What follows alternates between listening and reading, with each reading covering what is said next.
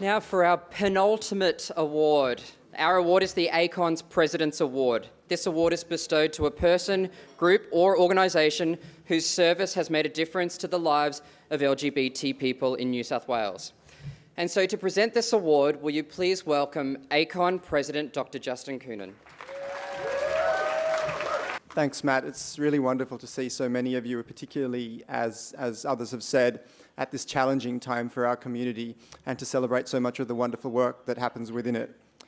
I also thank you, Auntie Millie, for welcoming us onto country so generously, as you always do.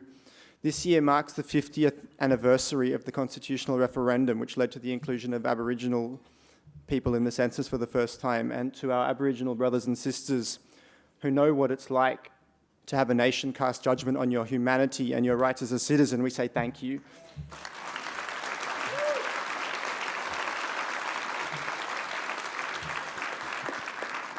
Thank you for inspiring us in our quest for justice and equal rights. I acknowledge too the traditional owners of the land on which we stand and pay respect to their elders past, present and emerging.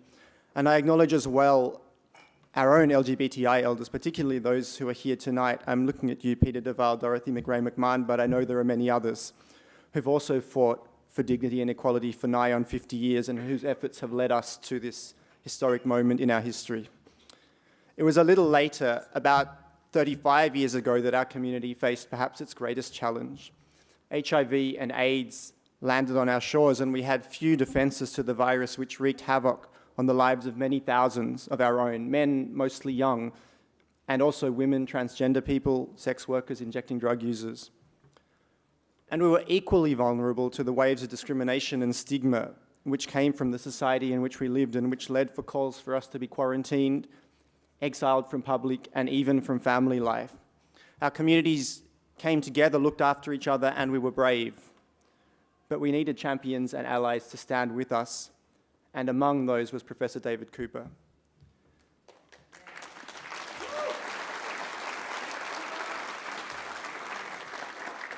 It's David Cooper who is credited with diagnosing some of the first cases of HIV in Australia.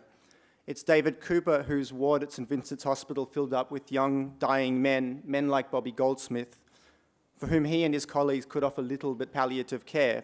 It's David Cooper and his young family who were regular marchers in Mardi Gras, sometimes dressed up as pills, fighting the HIV virus. And it's David Cooper who was appointed inaugural director of the Kirby Institute, or the National Centre in HIV Epidemiology and Clinical Research, as it was then known. I can see why you shortened the name, in 1986, a position he still holds. Incidentally, the change of the name to the Kirby Institute happened in 2011, and the patronage of Michael Kirby is a great honour shared by ACON through Pride in Diversity and the Kirby Institute. Michael's in Melbourne tonight. He's attending the Michael Kirby lecture to be delivered by Rosalind Crouch's predecessor, Professor Gillian Triggs. It's difficult. I know many of us can sympathise with having two events named after you in two different cities in the same night. But Michael is a wonderful Australian, and we're honoured to have him associated with our organisations. It's for another time to recount the full history of the HIV/AIDS epidemic in this country and the extraordinary progress that's been made along the way. Suffice to say, the transformation of a disease which was a near certain death sentence to a chronic manageable condition which can be treated with one pill a day and which can be prevented prophylactically is a modern medical miracle, a miracle which has been spearheaded in this country by David and his colleagues at the Kirby Institute. David's made a consistent and outstanding contribution to the health of our communities for over 30 years, and that's why we honour him tonight. But David would be the first to acknowledge that the Kirby is far more than the work of one person. And for that reason, this award is extended to all of the members of the Kirby Institute, past and present as a whole.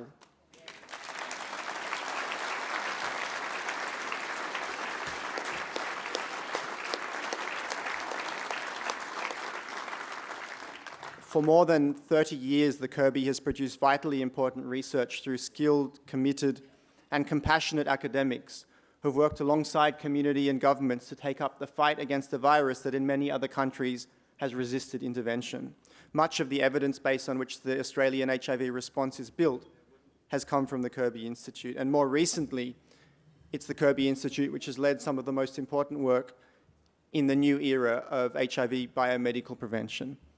It's the Kirby Institute, which has played the lead role in the implementation of EPIC New South Wales, the world's largest clinical trial of pre-exposure prophylaxis, or PrEP, which now has over 7,000 people enrolled in New South Wales and has provided a model for other jurisdictions. It's the Kirby, whose work showing that an HIV-positive person on treatment with an undetectable viral load cannot pass on the virus, which headlined the recent International AIDS Society conference on HIV science in Paris.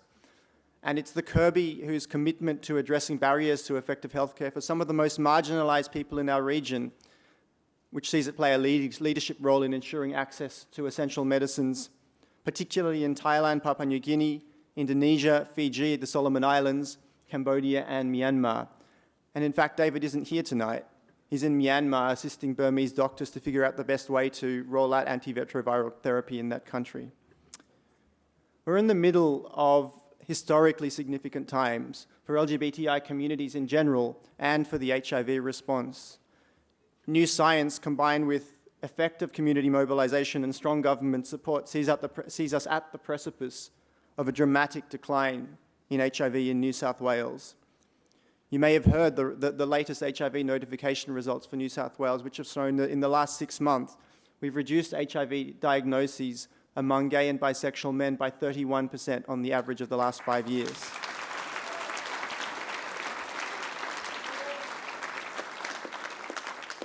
These numbers are unprecedented internationally and the lowest since HIV surveillance began in New South Wales in 1985.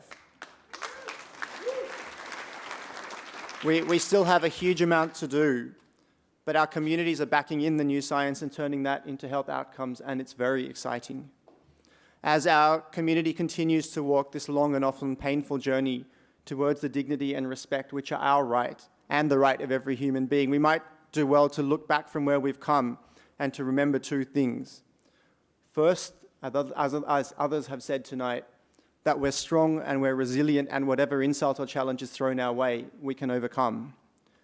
And second, that on every step of our journey, we've walked hand in hand with some of the most extraordinary allies. David Cooper, you and your team at the Kirby deserve your place right at the front of that long and growing list of allies, and that's our great pleasure to honour you tonight. I know that there's a whole team here from the Kirby tonight, and I'd ask that you join me in welcoming them all onto the stage, because this is for all of you. I understand there are about 260 people at the Kirby, so this is a small selection. In a moment, I will introduce Professor Andrew Grulich, another one of our wonderful friends who has led the implementation of EPIC New South Wales, among many other contributions. But before that, I think we have a video from David. Good evening. I want to express my heartfelt gratitude to Dr. Justin Coonan, Nick Parkhill, Karen Price, and all at ACON for this generous recognition of the work of the Kirby Institute over the past 30 years. It is indeed an incredible honour to receive ACON's President's Award this evening. Since the beginning of the HIV epidemic in Australia, ACON and the Kirby Institute have worked in close partnership in the fight against HIV through extremely dark periods for the LGBTI community. It is truly remarkable that now, just over 30 years since HIV first devastated the community, our two organisations are working together to legitimately end HIV transmission in New South Wales by 2020.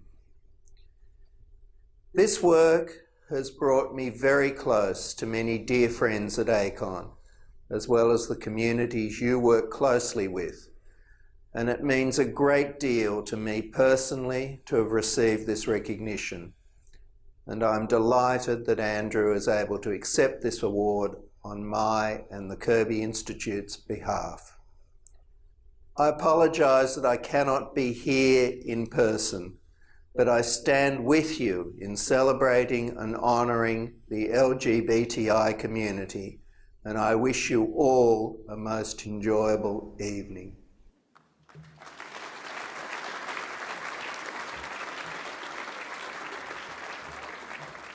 Thank you, Justin, and it really is a real honour to accept the award on behalf of David tonight. He's an incredible researcher, physician, leader and friend, and he's usually a lot more exciting than he was on that video. It really is a privilege to work alongside David, who has the most extraordinary intellect at the Kirby Institute. I'd also like to extend my gratitude to Justin and all at ACON for this recognition. Everything we've achieved in the fight against HIV, we've achieved in partnership, and we have no stronger partner in this fight than we have in ACON, and long may it live.